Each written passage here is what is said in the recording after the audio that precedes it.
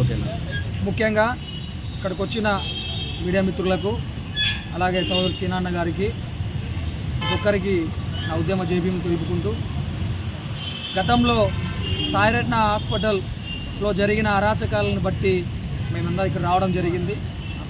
చేయి బెనికిందని చెప్పేసి సాయిరత్న హాస్పిటల్కి వెళ్తే బలవంతంగా ఆపరేషన్స్ చేసి ఈరోజు ఆపరేషన్స్ చేసిన వాళ్ళది తప్పు కాదు, చేపించుకునే వాళ్ళు తప్పు అని చెప్పేసి మన సూపరింటెండెంట్ గారు, అలాగే ఆత్మారాం గారు ఆర్థోపెడిక్, అలాగే ఇక్కడ వచ్చిన కమిటీ వాళ్ళు కూడా వేయడం జరిగింది. ఇలా ఎంతమందిని మోసం చేస్తూ ఆరోగ్యశ్రీకి గండి పెడుతూ ఈరోజు ఈ అనంతపురం జిల్లాలో 3 మంత్రులు ఉన్నారు. అయినా కానీ జరుగుతున్న అన్యాయాలు కూడా ఆపలేకపోతున్నారు. గతంలో ఈ విషయం కూడా డిఎంహెచ్ఓ గారి దృష్టికి కూడా తీసుకొచ్చాం.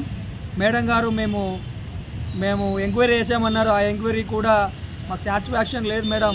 ఈరోజు హాస్పిటల్ ఫేవర్గా ఎంక్వైరీ చేసి రిపోర్ట్ ఇచ్చారని చెప్పాం.